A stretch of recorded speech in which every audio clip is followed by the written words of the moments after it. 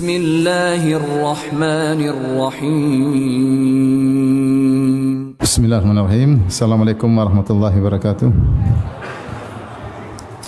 Alhamdulillahi ala ihsani wa syukru lahu ala taufiqihi wa amtinani. Asyhadu an la ilaha illallah wahdahu la syarika lahu ta'ziman li sya'ni. Wa asyhadu anna Muhammadan abduhu wa rasuluhu da'ila ridwani. Allahumma salli alaihi wa ala alihi wa ashabihi wa ikhwani. Hadirin dan hadirat yang dirahmati Allah Subhanahu wa taala. Pada kesempatan kali ini kita akan membahas topik yang judulnya adalah sebagaimana saya diamanahi oleh panitia, yaitu beramalah meskipun sedikit-sedikit ya. Itu jangan sampai tidak beramal sama sekali. Sungguhnya masalah pahala ini sangat penting karena kedudukan seorang di akhirat kelak berdasarkan pahala dari amal soleh yang dia lakukan ya. Makanya dikatakan oleh Ibnu Qayyim rahimahullahu taala bahwasanya an-najatu minan nar bimaghfiratillah, selamat dari neraka adalah karena ampunan Allah, wa dukhulul jannah birahmatillah, masuk surga karena rahmat Allah. Namun waqtisamu ad-darajat wal manazil bil a'mal, adapun pembagian derajat level-level dalam surga adalah dengan amal soleh. Saya ulangi, selamat karena apa? Ampunan Allah, masuk surga karena rahmat Allah. Tapi level di akhirat yang menentukan adalah amal soleh. Makanya Allah berfirman, udkhulul jannata bima kuntum ta'malun. Masuklah kalian ke surga sesuai dengan berdasarkan amal soleh kalian. Demikian juga Allah berfirman, kulu washrabu hani'an bima aslaftum fil ayyamil khaliyah. Makanlah dengan senang-senang, minumlah dengan senang-senang di surga, bima aslaftum fil ayyamil khaliyah, dari amal soleh kalian pada hari-hari yang lalu, yaitu ketika di dunia. Lalu kita dapati bahwasanya para orang-orang salihin mereka berlomba-lomba untuk beramal saleh. Allah mengatakan was-sabiquna as-sabiqun ulaika humul muqarrabun. Dan orang yang duluan itulah orang yang didekatkan kepada Allah. Mereka berlomba-lomba untuk beramal saleh, duluan-duluanan. Dan Allah suruh untuk bersaing, kata Allah, wa fi dzalika falyatanafasil mutanafisun. Untuk urusan surga maka bersainglah. Dan ternyata pahala itu hak prerogatif Allah. Allah mau kasih pahala terserah Allah. Memang ada aturan bahwasanya minimal amal soleh pahalanya 10 kali lipat. Man jaa bil hasanati falahu asyru amsalihha. Kata Allah Subhanahu wa taala, siapa yang membawa kebaikan, satu kebaikan, maka bagi dia 10 lipat pahalanya. Ini minimal. Setiap amalan minimal pahalanya 10 kali lipat. Makanya Rasulullah SAW mengatakan, ya, la aqulu wal hasanatu bi asyri amsalihha. Ya, bacalah Al-Qur'an ya, karena setiap huruf ada pahalanya dan setiap kebaikan, setiap huruf dapat satu pahala dan satu kebaikan dilipat 10 kali. La aqulu alif lam mim harf, aku tidak mengatakan alif lam mim satu harf, tetapi alifun harfun, lamun harf, mim harf. Alif satu huruf, lam satu huruf, mim satu. Kalau kita baca alif lam mim, kita dapat 3 kali 10. Berapa kebaikan? 30 kebaikan. Lain halnya dengan keburukan. Satu keburukan, satu dosa, satu keburukan. Satu dosa, satu keburukan. Kecuali dosa tersebut dilakukan di tanah haram, atau di bulan-bulan haram, atau di bulan Ramadan, maka tetap kuantitasnya satu, tapi kualitasnya diperbesar. Tapi kuantitas tetap satu. Lain dengan kebaikan di setiap saat minimal dilipat gandakan 10 kali lipat. Di waktu-waktu mulia seperti bulan-bulan haram, seperti Ramadan, seperti 10 awal Dzulhijjah, maka dilipat gandakan lagi, baik kuantitas maupun kualitas.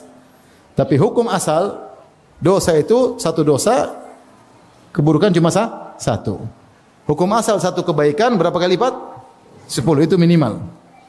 Kecuali infak fisabilillah. Infak fisabilillah minimal 700.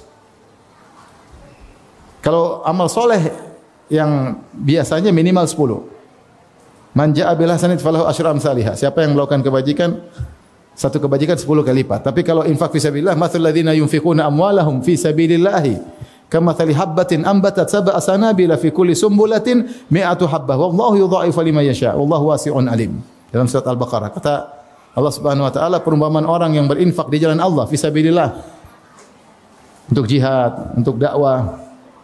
Karena dakwah di antaranya jihad fi sabilillah untuk para penuntut ilmu. Kata Rasulullah sallallahu alaihi wasallam, "Man kharaja fi talabil ilmi huwa fi sabilillah hatta yarji'." Siapa yang keluar untuk menuntut ilmu dari rumahnya, maka sungguhnya dia sedang fi sabilillah sampai dia kembali. Oleh karenanya infak fi sabilillah minimal 700 kali lipat. Allah berfirman, "Matsalul ladzina yunfiquna amwalan fi sabilillah." Perumpamaan orang yang menginfakkan hartanya jalan Allah, kamatsali habbah, seperti biji ambatat sab'a sanabil yang kemudian menumbuhkan 7 bulir. Fi kullu sumbulatin mi'atu habbah. Setiap bulir ada 100 biji. Jadi 7 kali 100 berapa? 700. 1 jadi 700. Wallahu yudha'ifu liman yasha. Allah lipat gandakan terserah yang Allah kehendaki. Apakah 700 maksimal enggak? Ila adhafin katsira, lebih daripada itu. Terserah Allah. Ini kebaikan. Beda dengan kezaliman, kemaksiatan, 1 dapat 1. Kalau kebaikan terserah Allah. Allah mau kasih amal sedikit pahalanya gede, terserah Allah. Kenapa protes? Terserah Allah. Yang jelas aturannya minimal 10, kalau infak fisabilillah minimal berapa? 700. Contoh seperti sabar, Allah mengatakan, ya, innama yuwaffas sabiruna ajran bighairi hisab. Sabar pahalanya tanpa batas. Banyak. Memaafkan pahalanya juga luar biasa. Kata Allah, faman afa wa aslaha fa ajru 'ala Allah. Siapa yang maafkan dan membuat kebaikan, pahalanya si Allah. Terserah Allah mau kasih berapa. Bisa jadi keluar kaidah. Makanya sering-sering maafkan istri. Istri sering-sering maafin apa? Suami. Dari situ ketika kita tahu bahwasanya pahala itu hak pribadi Allah, tidak ada yang bisa atur-atur, maka kita beramal. Meskipun mungkin menurut pandangan kita kecil, rendah. Tapi urusan pahala, urusan Allah. Mau besarin, tidak ada yang bisa protes. Oleh karenanya, Nabi SAW tentu menyuruh kita beramal sebanyak-banyaknya. Tetapi, bukan berarti kita meremehkan amal sedikit. Kata Nabi, beramallah. Seperti contoh, Rasulullah SAW bersabda, ini motivasi Nabi. Untuk tidak meremehkan amal apapun, kita beramal meskipun sedikit-sedikit. Sedikit, tapi kalau variatif lama-lama banyak atau tidak? Banyak lah. Kata Nabi, la tahqiranna minal ma'rufi syai'an walau antalqa akhaka biwajhin talik. Janganlah meremehkan kebaikan apapun. Jangan pernah meremehkan, karena pahalanya yang tahu siapa? Allah. Allah mau kasih besar, urusan Allah. Makanya Ibnu Mubarak berkata, rubba amalin saghir tu'azzimuhun niyyah. Betapa banyak amalan sedikit jadi besar gara-gara niat yang luar biasa. Pahala terserah Allah.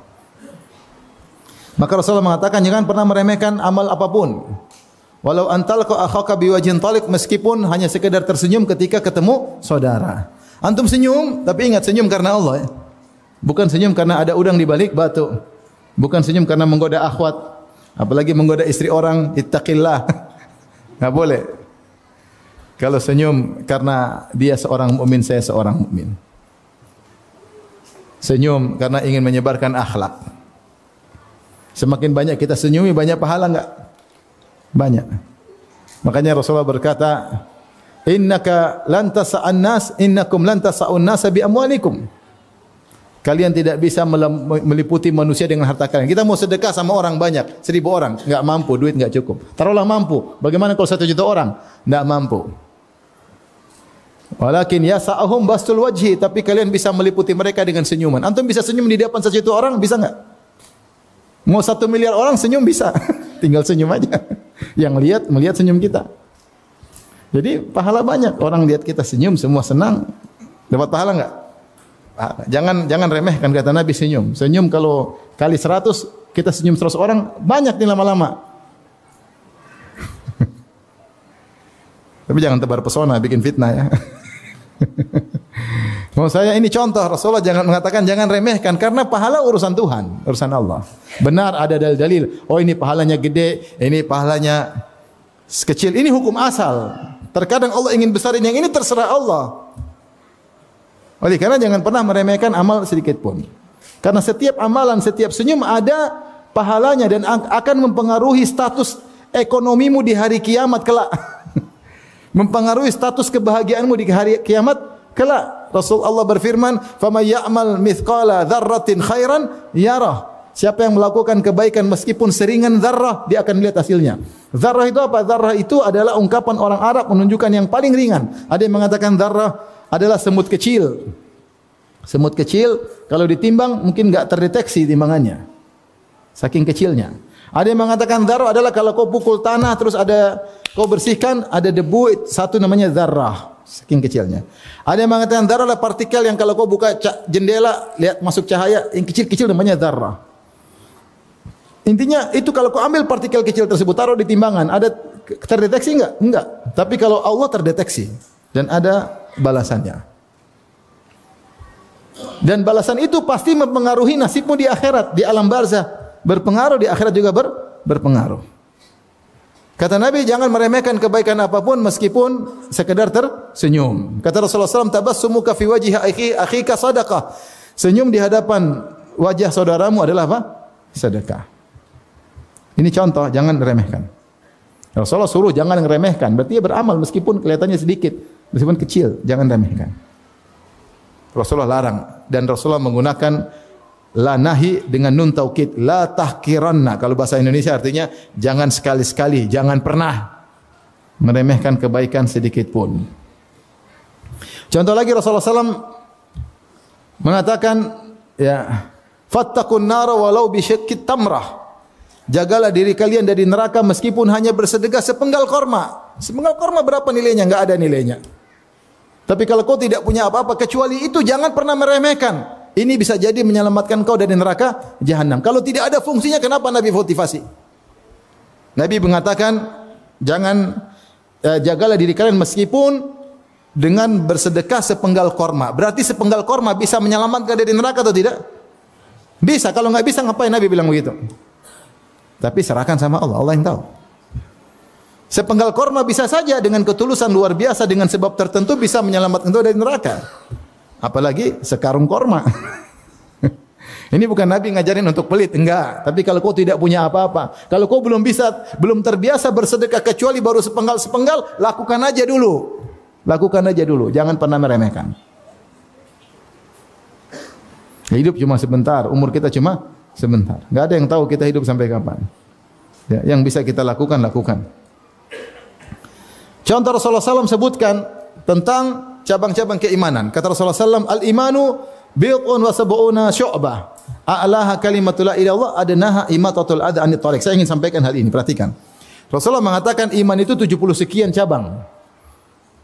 Sampai para ulama menulis buku tentang iman, misalnya Syu'abul Iman karangan Al-Baihaqi rahimahullahu taala untuk mengumpulkan cabang-cabang keimanan apa saja yang 70 sekian.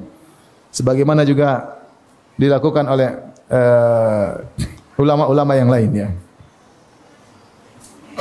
Al-Halimi juga ada Syu'abul Iman ya. Taib. Kata Rasulullah yang paling tinggi la ilaha illallah.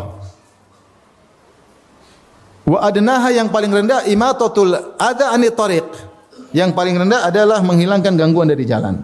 Mudahlah ada besi kita senggol masukin ke atau ada kita ambil taruh di tempat sampah. Atau ada batu kita tendang ke samping biar enggak dilihat. Kan gampang, apa susahnya cuma begini aja dong. Cuma senang gitu, apa susahnya? Enggak ada susahnya. Ini paling rendah. Paling rendah secara aturan benar. Dalam Islam ada apa namanya? Skala prioritas benar. Yang paling tinggi la ilaha illallah dengan konsekuensinya paling rendah menghilangkan gangguan dari jalan. Tapi ternyata menghilangkan gangguan dari jalan ini pernah bikin orang masuk surga.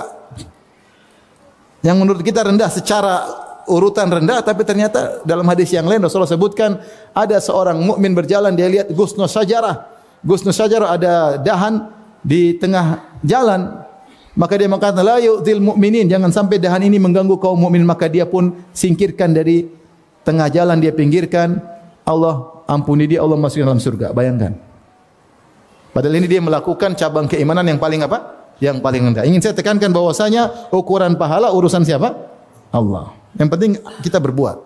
Yang bisa kita lakukan, kita lakukan. Bisa senyum ya senyum aja. Masih pelit ya sudah senyum aja dulu. Ada pengemis minta duit, kita pelit. Senyum aja dulu. Nanti kalau dia punya duit baru. Pokoknya jangan remehkan amal soleh. Jangan remehkan amal soleh. Sampai Rasulullah SAW kasih contoh-contoh yang menurut kita remehkan, ternyata Rasulullah perhatian. Contoh Rasulullah SAW mengatakan, "Idza tabakhta fa'aktsir ma'aha. Idza taqbata al-maraq fa'aktsir ma'ahu." Ya, kalau kau lagi masak, ya, daging misalnya, kau enggak punya daging cuma sedikit, perbanyakin airnya. Buat apa? Untuk dibagi-bagi ke tetangga.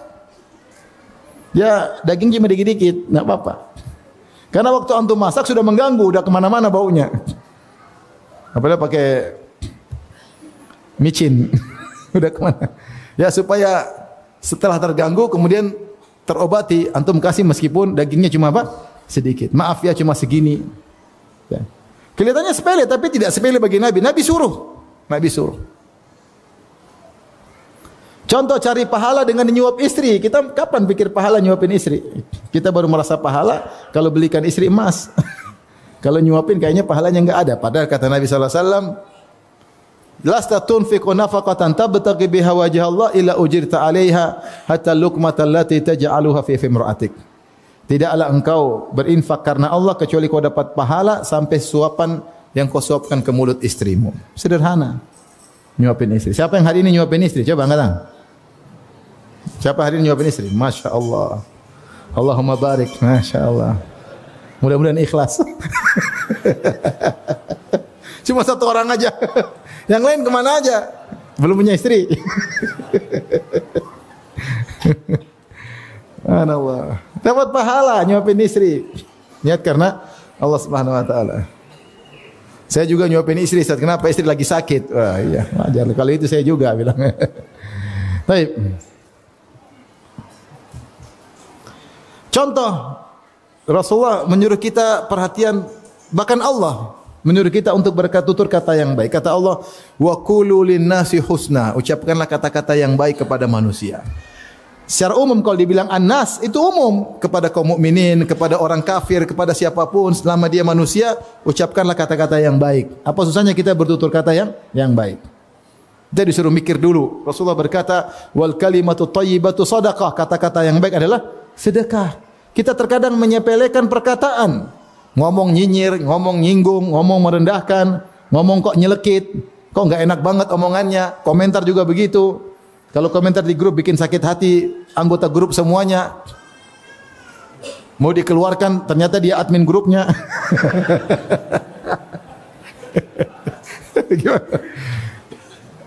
Apa susahnya kita kata-kata baik? Kata Nabi, "Wal kalimatu thayyibatu shadaqah." Kata-kata baik sedekah. Subhanallah. Tidak bisa kita sedekah tiap hari sama istri, ngomong sama istri dengan baik. "Sayang, gimana kabarnya? Gimana kamu hari ini? Gimana status ekonomi hari ini?" "Mana sayang, sudah baca Quran belum? Abi kangen dengar suaramu." Masya Allah, kan enak. Kata-kata baik, menghargai perasaan istri, milih kata-kata sebelum ngomong sama istri, dapat pahala. Sama anak-anak juga demikian. Ucapan kata-kata yang menyenangkan anak-anak, niat karena Allah, dapat pahala enggak? Pahala. Sedikit, jadi banyak. Sedikit ini pun pahalanya belum tentu sedikit. Pahala kan saya bilang tadi hak prerogatif siapa? Allah. Hak istimewa Allah. Enggak ada yang mau protes-protes, ya Allah mau kasih pahala terserah Allah Subhanahu wa taala. Mau sebanyak apapun terserah Allah Subhanahu wa taala. Sampai Rasulullah bersabda tentang zikir secara umum, "Kalimatani khafifatani 'alal lisani, thaqilatani fil mizani, subhanallah bihamdi subhanal azim." Dua kalimat yang ringan di lisan, tidak ada susahnya. Cuma bilang subhanallah bihamdihi subhanal azim. Ya. Tapi thaqilatani fil mizan, tetapi berat di timbangan, pahalanya besar. Dua kalimat tersebut subhanallah bihamdihi subhanallahil azim, dan zikir-zikir secara umum pahalanya besar. Mudah kita zikir sedikit, istighfar kadang, astagfirullah, astagfirullah, atubu ilaih, astagfirullah, atubu ilaih. La ilaha illallah, subhanallah, alhamdulillah, la ilaha akbar. Subhanallah bihamdihi adada khalqihi wa ridha nafsihi wa zinata arsyihi wa kalimatihi. Zikir pagi, zikir petang. Kelihatannya sepele tapi pahalanya besar di sisi Allah Subhanahu wa taala. Maka ini sedikit-sedikit kalau berkumpul jadi banyak.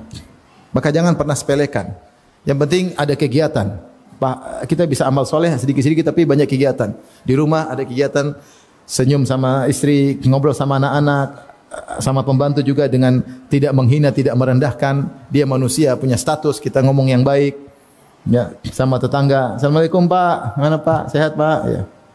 Mana kabarnya Pak? Kalau ada salam tempel bagus, kan Pak?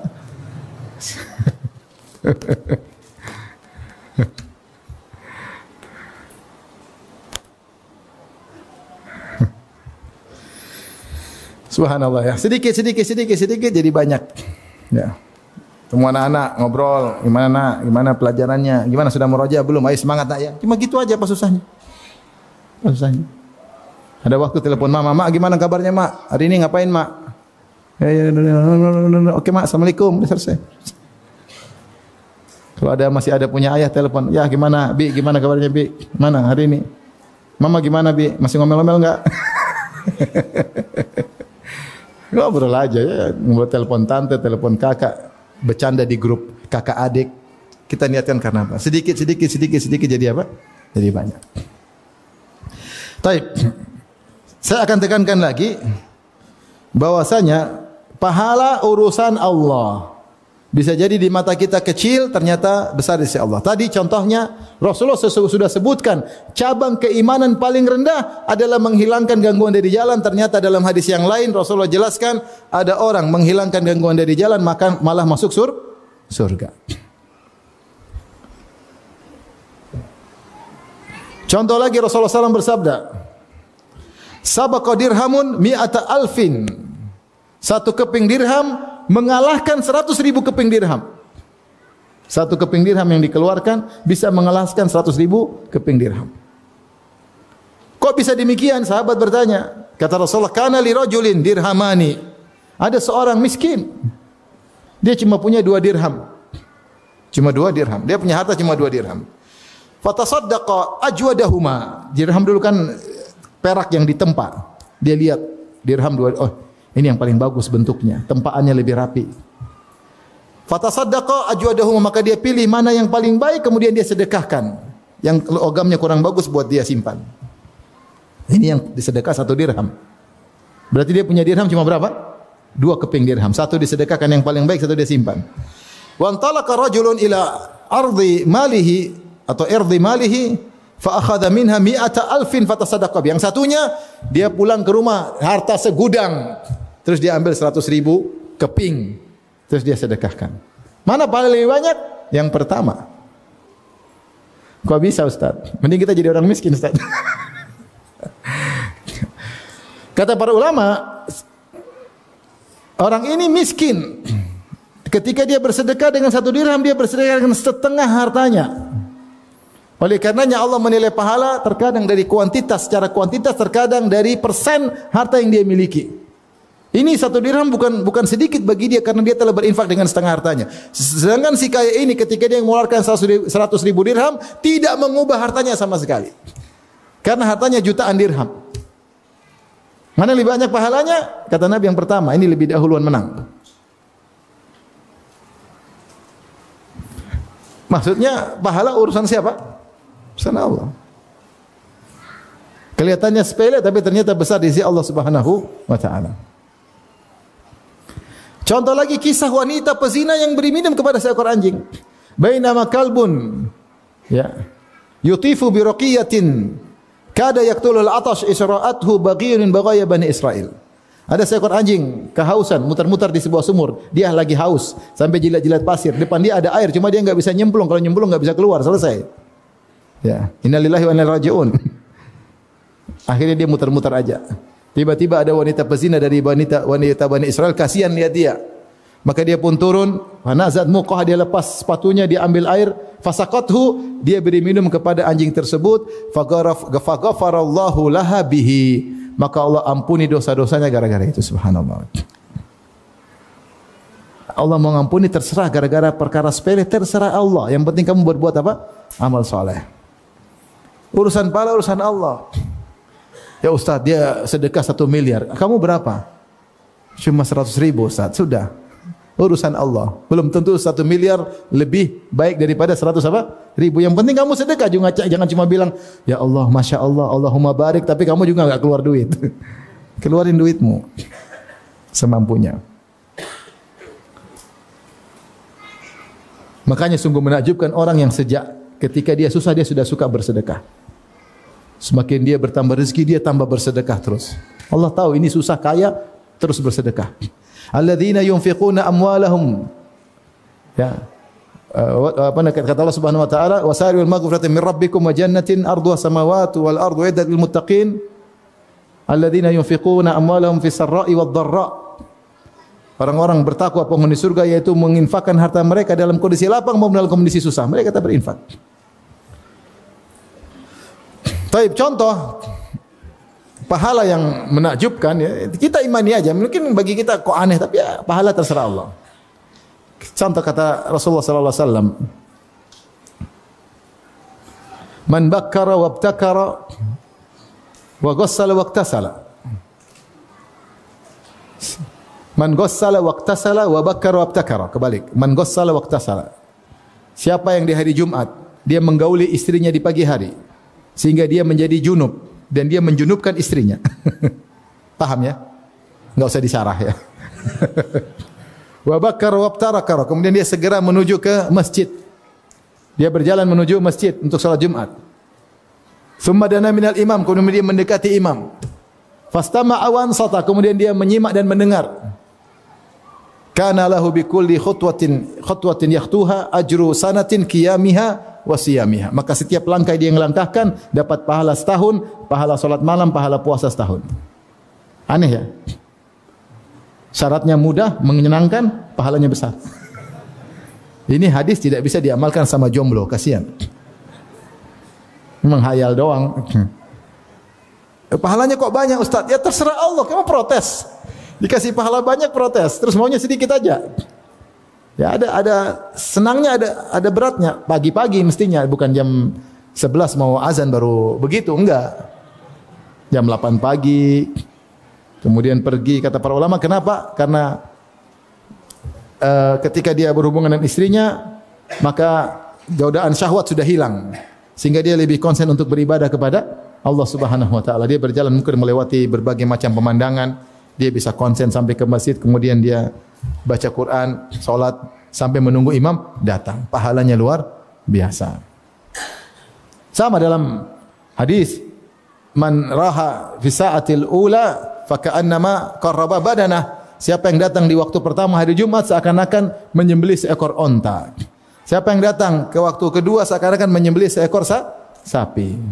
Sehingga para ulama berselisih, mana waktu pertama, waktu kedua. Intinya ada yang mengatakan bagi aja waktu dari pagi sampai azan zuhur, bagi 5 atau bagi 4, saat pertama itulah masih dapat onta. Kira-kira kalau jam 8 atau jam 8 masih dapat apa? Onta. Terakhir cuma telur. Seperti berkorban telur. Kalau imam sudah naik mimbar, tertutup catatan. Enggak ada telur, enggak ada ayam, enggak ada kambing, enggak ada sapi, enggak ada onta, selesai. Ya. Pahalanya segitu, Ustaz. Ya udah terserah Allah. Kenapa kau protes? Sudah, yang penting kau kerjakan. Beriman enggak? Kerjakan.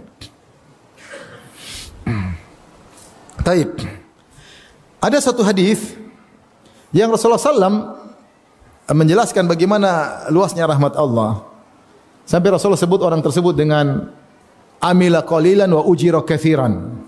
Amalnya sedikit, pahalanya besar. Amalnya sedikit, pahalanya besar.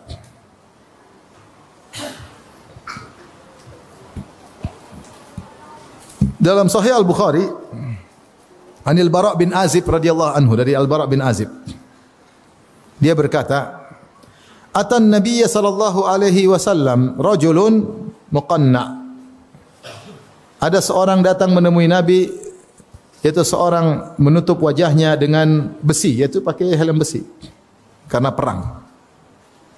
Faqala ya Rasulullah, tiba-tiba datang menemui Nabi, ini mau perang, dia berkata uqatil au uslim. Ya Rasulullah, saya perang atau saya masuk Islam dulu? Dia belum masuk Islam, masih kafir.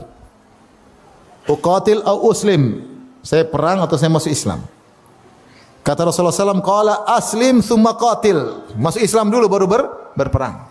Masuk Islam dulu baru berperang. Fa aslama, maka dia pun masuk Islam. Thumma qatala, kemudian dia masuk dalam medan pertempuran. Fa qutila, kemudian dia terbunuh. Faqala Rasulullah SAW bersabda, amila qalilan wa ujira katsiran. Amalnya sedikit, pahalanya banyak. Ternyata dia masuk apa? Surga. Dia ini masuk perang belum sujud meskipun sekali apa? Sujud. Subhanallah. Umur Islamnya sebentar. Belum ada sehari. Tapi langsung masuk apa? Surga. Ada orang-orang seperti ini, amalnya sedikit, sebentar tapi luar biasa, masuk surga. Contoh, siapa lagi yang semisal ini? Amr bin Thabit bin Waqsh al-Ansari yang dikenal dengan Usairim. Usairim dari Bani Abdul Ashhal, dari kalangan Ansar. Ketika seluruh Banu Abdul Ashhal masuk Islam, cuma dia yang belum masuk Islam. Seluruh kerabatnya semua masuk Islam, dia aja yang belum masuk Islam. Kenapa bisa demikian? Ya. Disebutkan bahwasanya dia ternyata punya praktek riba. Jadi dia praktek riba, dia tidak ingin masuk Islam. Kalau masuk Islam nanti riba haram. Maka dia ingin tetap dapat praktek apa riba, dapat untung. Teman-temannya semua sudah masuk Islam sebelum Nabi berhijrah. Dia baru masuk Islam pada tahun 3 Hijriah. Jadi dia terlambat masuk Islam mungkin 4 tahun. Teman-temannya semua sudah menjalankan Islam selama 4 tahun.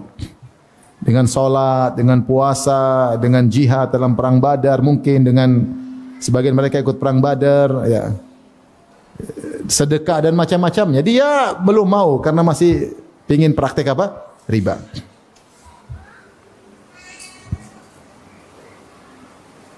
Maka pada perang Uhud dia datang. Sebelum dia bertanya, aina banu ammi, mana kerabat-kerabatku semua Banu Abdul Ashhal? Qalu bi Uhud. Ada yang mengatakan mereka semua pergi ke Uhud, perang Uhud, membela Rasulullah. Qala aina fulan, si fulan ke mana? Uhud. Aina fulan, fulan yang lain ke mana? Dia tanya saudara-saudaranya, Uhud, semua di Uhud. Si fulan lagi, semua di Uhud. Maka falabisa alamatahu wa raqiba farasahu, maka dia pun pakai baju perangnya. Kemudian naik kudanya. Kemudian dia pun menuju kibalahum, menuju kepada pasukan kaum muslimin. Falamma ra'ahul muslimuna qalu ilaika anna ya Amr. Ketika dia menuju pasukan kaum muslimin, kata mereka kerabat-kerabatnya, pergi jangan dekati kami wahai Usairim, pergi ngapain di sini? Karena dia anggap dia kafir. Kata dia, inni amantu, saya beriman. Saya beriman. Akhirnya dibiarkan dia ikut perang. Faqatala hatta jurih fahumila ila ahlihi jarihan, maka dia pun berperang sampai terluka, kemudian dibawa ke istrinya dalam kondisi terluka. Maka datang Sa'ad bin Mu'adz bertanya kepada saudari perempuannya, saudari perempuan Usairim tadi, salihi hamiyatan liqaumika am ghadaban lahum am ghadaban lillah, kau tadi berperang karena fanatik suku, karena ingin bela kerabat-kerabatmu, atau karena kau marah membela mereka, atau karena Allah Subhanahu wa taala? Maka Usairim berkata, bal ghadaban lillahi wa li rasulih. Saya murka karena Allah dan karena Rasulnya. Maka dia pun meninggal dunia. Fadakhalal jannah, maka dia pun masuk surga. Wa ma shalla lillahi salatan, tidak pernah sujud sekalipun. Subhanallah. Amal sedikit masuk surga. Kita amal banyak, wallahu alam. Artinya saya ingin menekankan bahwasanya pahala itu urusan siapa? Allah.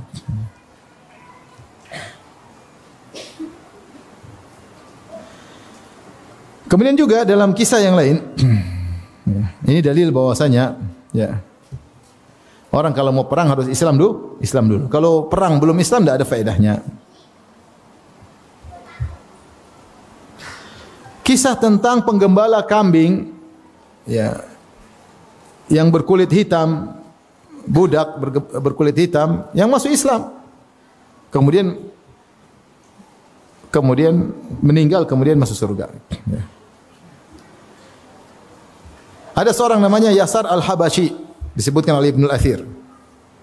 Yasar Al-Habashi, dia seorang budak milik seorang Yahudi. Yahudi tersebut namanya Amir.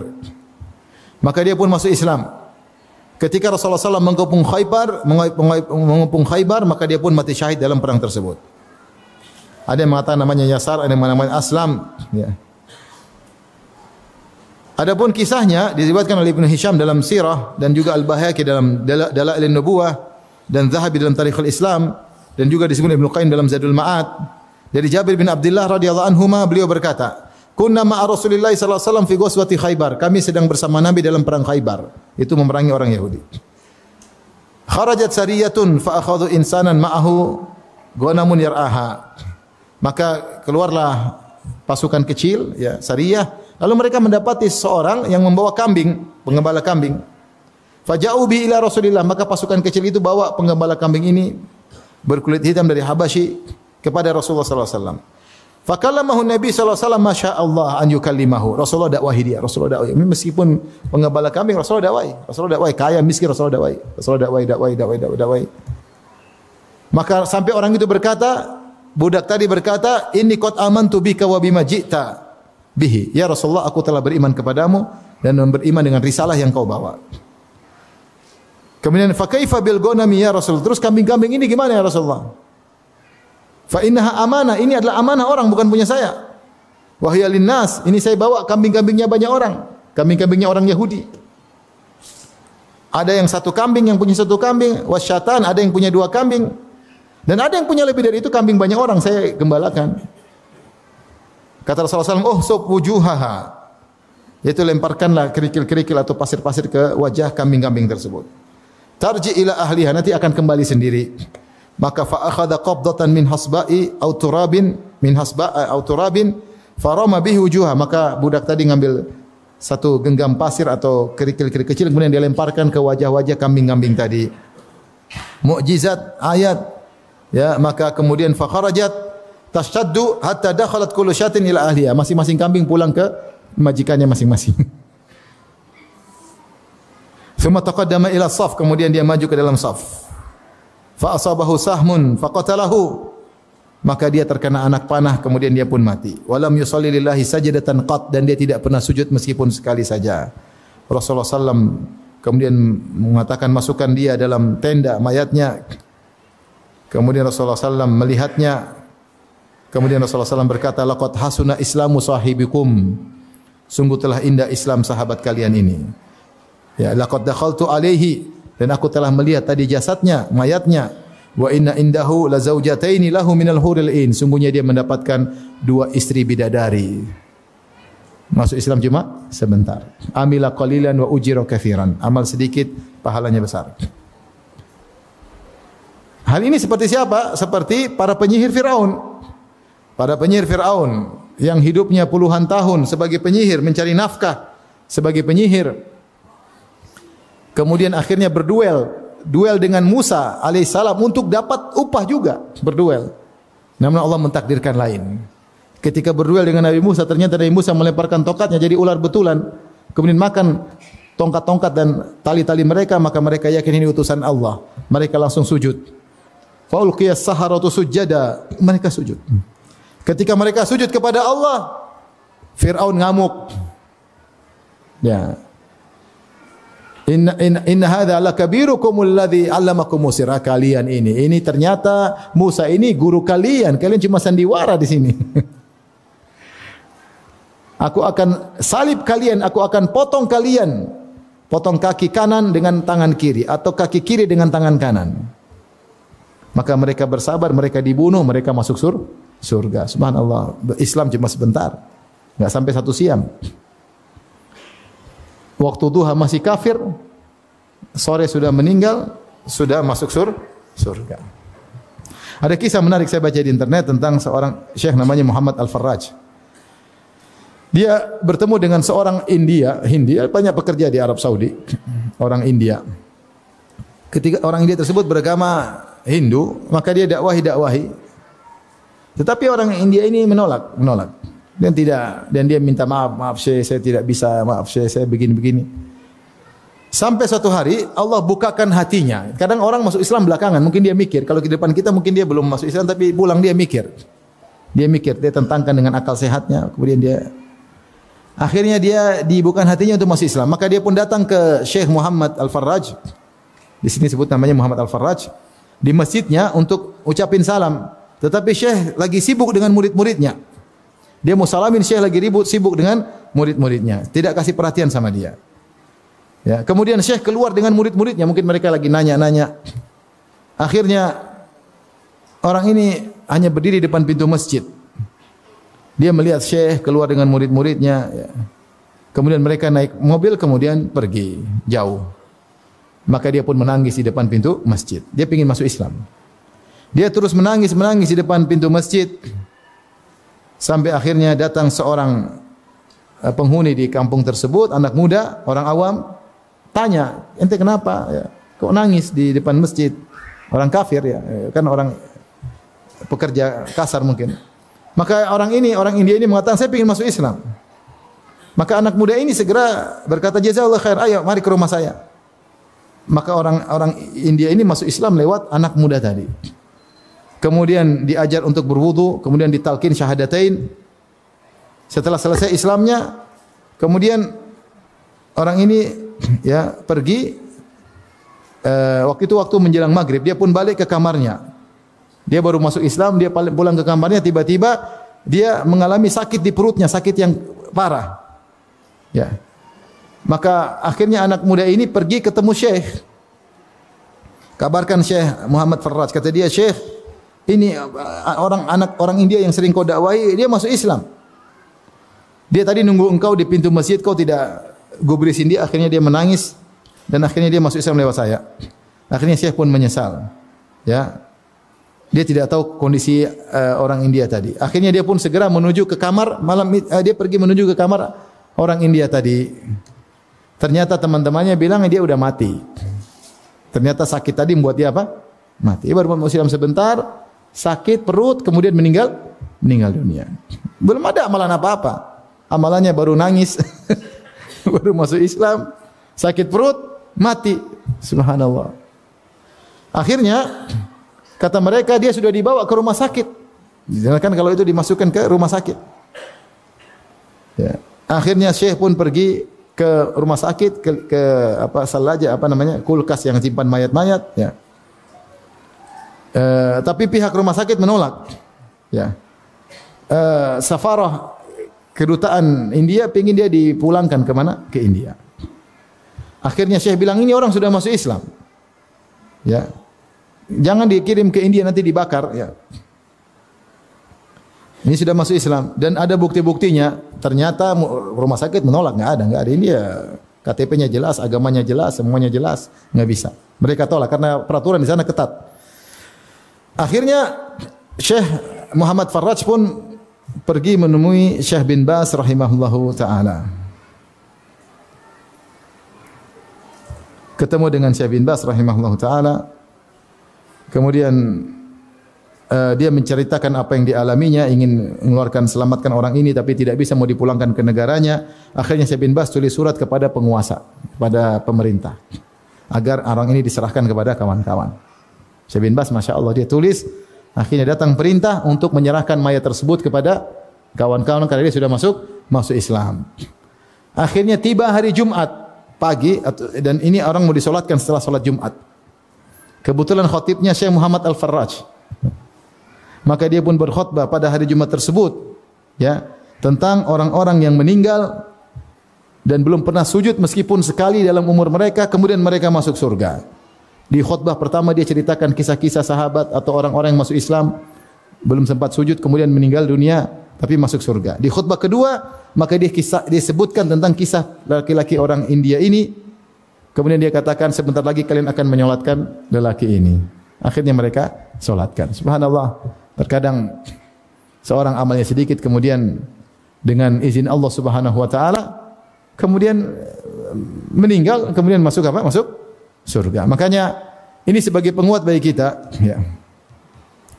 Bahwasanya untuk beramal saleh kita tidak perlu nanti kalau amalnya besar, apapun yang mudah bagi kita untuk kita beramal, maka kita lakukan. Meskipun hanya senyum, meskipun hanya sedekah 1.000, 2.000, 10.000, 100.000 yang ada yang mudah kita lakukan. Kita enggak tahu mana amal kita yang diberkahi oleh Allah. Kita enggak tahu mana amal kita yang merupakan sebab masuk surga. Kita enggak tahu mana amal kita yang mungkin sedikit ternyata sebab diampuni dosa-dosa kita yang bertumbuk-tumbuk. Maka jangan pernah meremehkan amal soleh apapun. Apapun yang Allah kasih hidayah kepada kita, kita tiba-tiba berniat untuk beramal soleh, segera lakukan. Jangan pernah tunda-tunda. Meskipun hal tersebut hal yang kecil. Karena saya katakan tadi, urusan pahala adalah urusan Allah Subhanahu wa taala. Demikian saja ikhwan dan akhwat, sedikit ini yang saya sampaikan, memotivasi kita untuk tidak meremehkan amal soleh apapun. Jangan kita pandang kecil, ya. Karena meskipun kecil, urusan pahala urusan siapa? Allah Subhanahu wa taala. Dan kita tidak tahu mana amal yang merupakan sebab kita diampuni dan dimasukkan dalam surga. Wallahu taala alam bisawab. Baik, demikian saja kajian kita. Sudah masuk waktu Isya. Insyaallah kita lanjutkan pada kesempatan yang lain. Semoga Allah pertemukan kita di surganya kelak. Amin ya rabbal alamin. Allahumma ja'al khaira a'malina khawatimaha waj'al khaira a'marina khairaha waj'al khaira ayyamina yauma nalqaka ya rabbal alamin. Wabillahi taufiq. Assalamualaikum warahmatullahi wabarakatuh.